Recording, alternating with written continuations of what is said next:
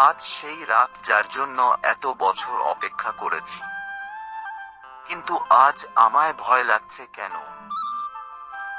আজ আমার বাসর রাত। বন্ধুরা বলল বিড়াল যাতে ঠিক মতো মারি, কিন্তু এখান বিড়াল পাবো কই আমি? দেখে আসি নতুন বুকি সাথে করে বিড়াল নিয়ে আসছে নাকি। কিন্তু রুমে যেতেই তো ভয় লাগছে। আমার রুমের দরজার সামনে দাঁড়িয়ে এসব ভাবছিলাম, হঠাৎ করেই কে যেন পেছন থেকে ধাক্কা দিয়ে আমাকে রুমের ভিতরে ঢুকিয়ে বাইরে থেকে দরজা আটকিয়ে দিল।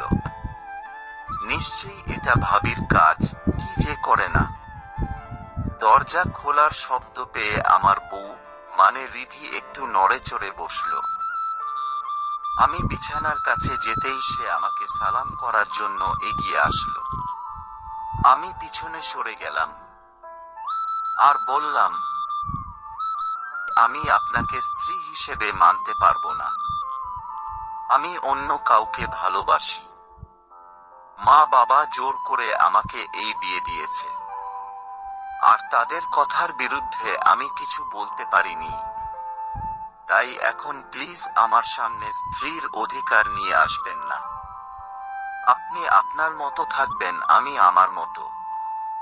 কথাগুলো বলে আমি রিধিকে পাশ কাটিয়ে গিয়ে আমার জায়গায় শুয়ে পড়লাম। রিধি কিছুক্ষণ সেখানেই চুপচাপ দাঁড়িয়েছিল, তারপর ফ্রেশ হতে চলে গেল। একটু পরেই রিধি এসে আমার পাশে কিছুটা দূরত্ব বজায় রেখে ওপাশ হয়ে শুয়ে পড়ল। কিছুক্ষণ বাদেই আমি ফুপিয়ে কান্নার আওয়াজ শুনি। জানি রিধি কান্না করছে, করবেই বা না কেন।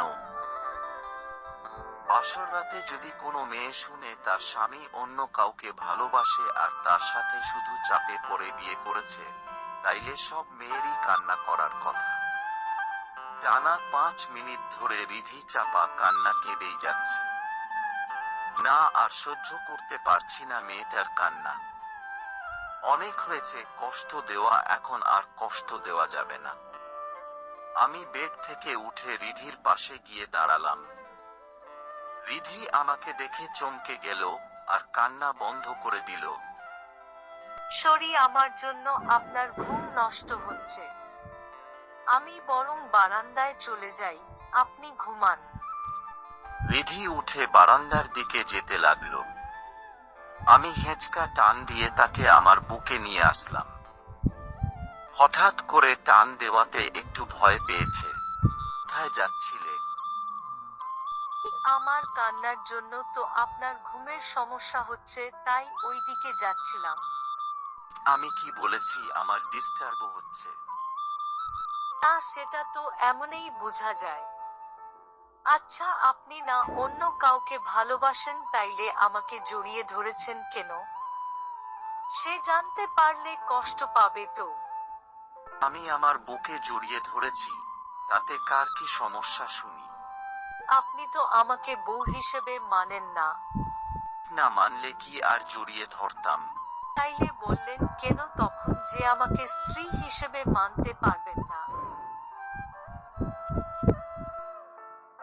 আমি একটু মজা করলাম আমার বউটার সাথে। মজা, তাই না?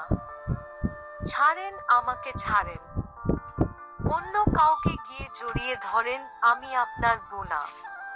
বলেই রিধি আমার থেকে নিজেকে ছাড়িয়ে বারান্দায় চলে গেল। যাহ, বেশি বেশি করে ফেললাম। এখন তো খুব রেগে গেছে। বাসরটাই হবে না মনে হচ্ছে। বারান্দায় গিয়ে দেখি রিধি মুখ ফুলিয়ে বাইরে তাকিয়ে আছে। আমি তাকে পেছন থেকে জড়িয়ে ধরলাম। সে কেঁপে কেঁপে উঠল, কিন্তু রাগ দেখিয়ে নিজেকে আমার থেকে ছাড়িয়ে নিল।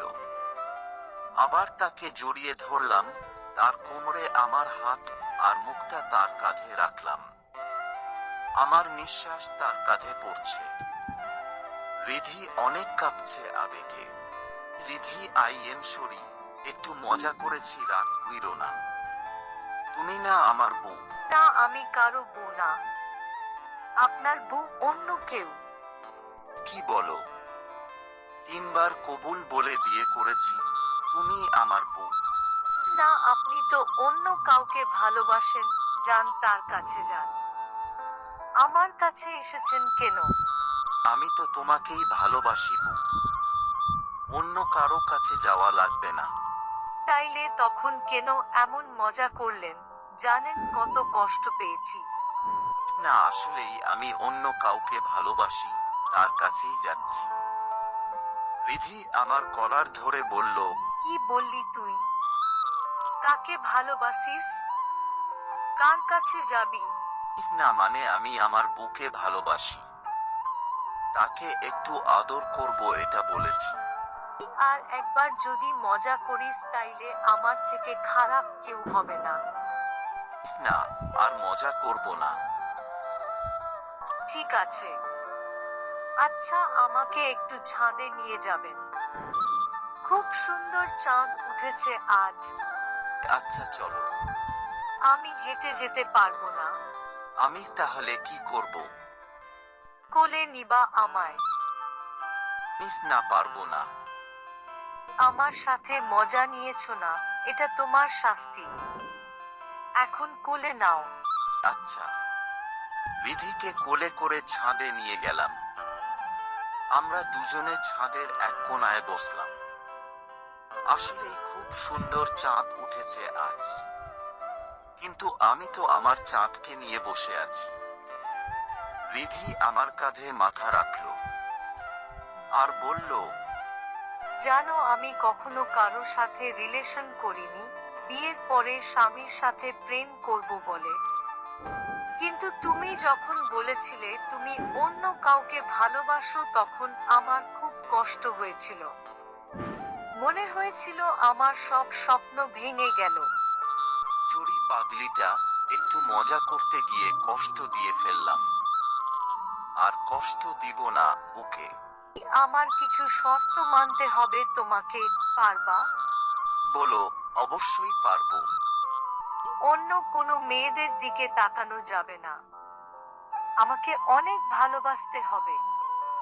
প্রতিদিন বাসায় আসার সময় আমার জন্য চকলেট বা আইসক্রিম আনতে হবে। প্রতিদিন অফিসে যাওয়ার সময় আমার কপালে একটা চুমু দিয়ে যাবেন। এইগুলো হলেই চলবে, আর কিছু চাই না। হুম পারবো, কিন্তু তোমাকেও আমার কিছু কথা মানতে হবে। হুম বলো। আমার বাবা মাকে নিজের বাবা মার মতো দেখবা, তারাও তোমাকে নিজের মেয়ে মনে করবে। তারা যদি কখনো কিছু বলে, তুমি কিছু মনে কইরো না। বাবা মা আমাদের ভালোর জন্যই বলে সবকিছু। আর হে, আমরা আল্লাহর অনেক ইবাদত করব, কারণ আমি দুনিয়াতেই নয় আখিরাতেও তোমার সাথে থাকতে চাই।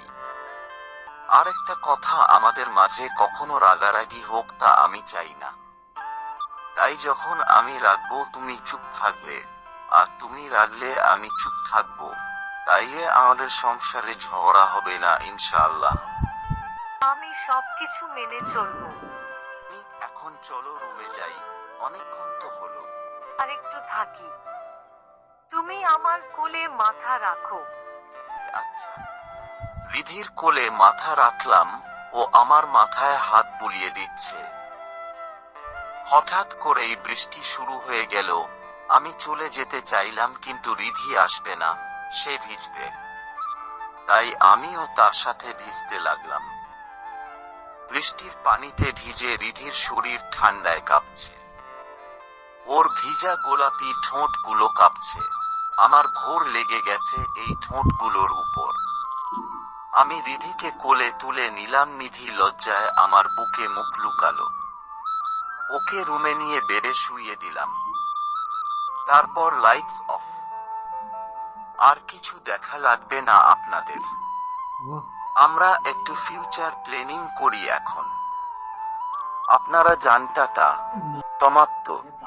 আমার সব গল্পই কাল্পনিক। হ্যাঁ, আমি কোনো লেখক না, সবার মতো তেমন সাজিয়ে গুছিয়ে লিখতে পারি না। যা মনে আসে তাই একটু কল্পনা থেকে লিখি। সবার হয়তো আমার গল্প ভালো লাগে না, কিন্তু যারা আমাকে সাপোর্ট করেন তাদের অসংখ্য ধন্যবাদ।